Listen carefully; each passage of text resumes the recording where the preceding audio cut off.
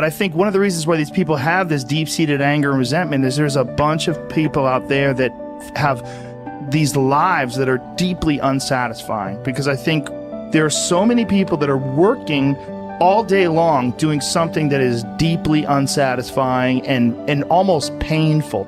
Yeah, it's soul killing. Soul killing. Yeah. They're stuck in traffic all day, and then they're stuck in a cubicle after that. They relish the time to take a in the bathroom and look at their phone. I mean, they literally do that. That's a highlight of someone's day. They get in traffic on the way home. They get home after that, they're watching television, and they're... You ever notice that some people seem to want to hang on to stuff that is bothering them? They're forever talking about it. They don't want to let it go. They've had a failure at something and it's grown. They can't get over it. They just can't get over it. Or somebody said something nasty to them. They don't want to let it go. Do you know what we should do? We should ask ourselves, everything that happens, is this serving you? Is this serving you? And if it's not serving you, get rid of it. You don't want anything in your life that's not serving you, that's not causing you to grow, that's not adding to the quality of your life. I don't care what it is.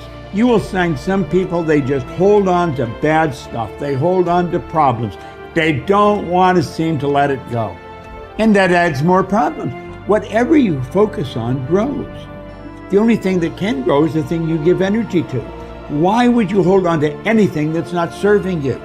How bad does it have to get? I mean, to what denominator, to what lowest level do you have to reach before people really make up their mind to change? My message is, why wait? I mean, when you're feeling so altered emotionally, you feel so bad, that's the moment you could actually see yourself for the first time, because you're not answering your cell phone, you're not responding to all your texts, you're not watching TV, you're not going out to dinners, you're not calling people back. Something's altered in you and you're starting to become self-aware, right?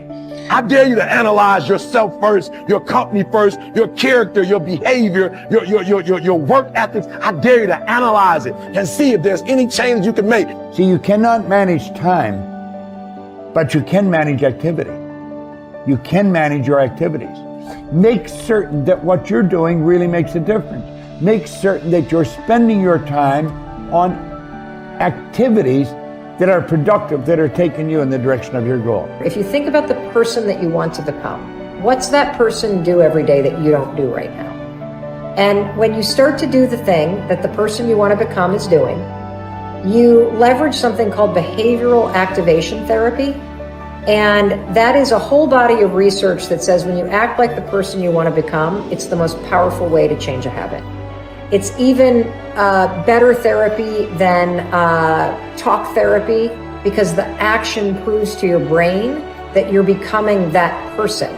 You're seeing the change through the action, and so then the brain catches up and starts to relate to you like a person that's confident, or a person who adores their appearance, or a person that celebrates themselves exactly as they are. Before you start the day, ask yourself, how do I want to think today? How do I want to feel? How do I want to behave? I mean, what would greatness look like? What would love look like today? What could I do that would be really cool for me at the end of the day? Say, wow, so I had a good day today. What would make me feel that way? And if you can't find an answer to that, start reading. Who reads anymore? Read a book. I read so many books a week. I know, I'm that way too. So read something about, you want to be wealthy? Read a book about someone who became wealthy, and get real and realize they may have failed 50 times before they actually pulled it off. Or what were their characteristics? What were their traits? What made them? So it wasn't about their wealth, it was about who they became. That's the key, right? So fill your brain with a little knowledge, and then just start asking yourself, what's the greatest expression of myself that I can be today? And rehearse it. Rehearse how you're going to be. And then if it leads to a different choice, that's the unknown. Mm-hmm. And just know that it's not going to be predictable. It's going to be a little uncomfortable. That's where the magic happens. If you can stay relaxed and awake in the unknown, things get pretty exciting. When you're back to the known, you're back to the familiar. Don't expect anything to change in your life. And if you say it's that person or that circumstance, you defaulted and went back to the program of the victim, allowing your outer environment controlling your thoughts and feelings. If you truly do this well, This is what I discovered. If I truly feel the feelings of my future before they occur, and I live in that state, I'm no longer looking for it to happen. How could I look for it if I feel like it already has, right? So I try to stay in that state, because then I'm not separate from it. And that tends to be when the magic happens. There's no control anymore. There's no predicting. There's no perfectionism. There's none of. All there is just kind of an experiment. Like, I'm experimenting to see if I changed my thoughts and feelings, if my life will change. And that should be the experiment everybody has. And do it with curiosity, and do it with just seeing if the experiment works. If it doesn't, change something else about yourself until it starts to work. Deciding who are we going to be. You know, we shouldn't hope to end up one day a magnificent, strong, beautiful, capable, kind, loving person. We should start living like that today, hopefully, so that we become that. That who we become is not an accident, but hopefully a purposeful intent. That our days and how we approach our days are literally driven by the intention of who we're going to bring. That we bring our character into each of the circumstances of our lives, and by doing that, maybe we can't always direct every circumstance of our life. We can't control everything, but we can certainly control our responses to them. We can certainly dictate who we're going to be in those circumstances, and that helps us achieve our ultimate destiny that we desire, not one that just lands on us. I think the other thing that really comes to people's into their power is when they really discover that, you know, each of our days is something that we can also design. Not just design who you're going to be. How are you going to design your day? What's this day going to be about? What's going to get your attention? What's going to get your focus? And what should not be getting your focus is just your inbox, or just what I call browser blackout, clicking around on all these blue links or images, or swiping here and swiping there, and then losing 4 or 5 hours of your day. Because what ends up happening for so many people is they lose 2 or 3 hours to distraction each day, maybe 4 hours of distraction of television a day.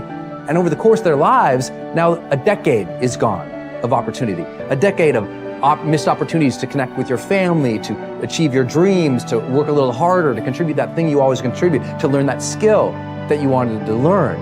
Like, we have to decide on our days. We have to design them. We have to wake up and decide what this day is going to be about, what's going to get done, what's going to deserve our focus, who will we reach out to, instead of just responding to everybody else's needs. Look back over your life and ask yourself, what activities, behaviors, or decisions have been most responsible for my success in life to date? You will probably find that less than 5% of the things that you have said or done have accounted for most of the success you have enjoyed. You may find that it was your unique ability to solve a particular kind of problem or to take advantage of a particular type of opportunity. You may find that your special talent was an interpersonal skill that enabled you to influence and persuade other people at a particular time and place. You may find, on analysis, that it was an ability to take charge and accept responsibility for accomplishing a particular goal.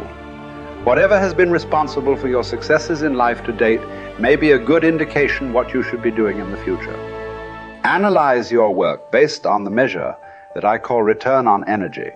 Leaders in every field deliberately apply their talents and energies where they can achieve their greatest return on the amount of energy, mental, emotional, and physical, that they invest in any endeavor. They refuse to take on jobs or work in areas where they cannot perform at exceptional levels. They treat themselves as valuable resources, and they spend their energies very carefully. One of the questions that you might continually ask yourself is this the best possible use of my time and energy? Is what you are doing right now the most valuable thing that you could be doing, given your particular combination of talents and abilities? Often answering this question will help you to see that there is a vast difference between what you are currently doing and what you should be doing if you want to be fulfilling more of your potential. Once you have chosen your ideal job or occupation for this stage of your career, your biggest responsibility is to make the decision to become very good and then to become excellent at what you do. In a lengthy study on successful Americans, the Gallup organization discovered that expertise, or being recognized by your peers as one of the very best in your field, was one of the essential ingredients for success in American life. We said before that self-confidence comes from positive knowing rather than positive thinking. It is only when you know that you are outstanding in your chosen field that you really feel terrific about yourself, and that you enjoy high levels of self-confidence. Men and women who are good at what they do and who know that they are good at what they do are very different from those who are only average. They walk and talk and dress and behave differently. They have an attitude of assurance and certainty about themselves that causes them to stand out in any group. They have a deep down sense of self-worth and self-confidence that is evident to everyone around them. The quality of a person's life is in direct proportion to their commitment to excellence, no matter what their chosen field.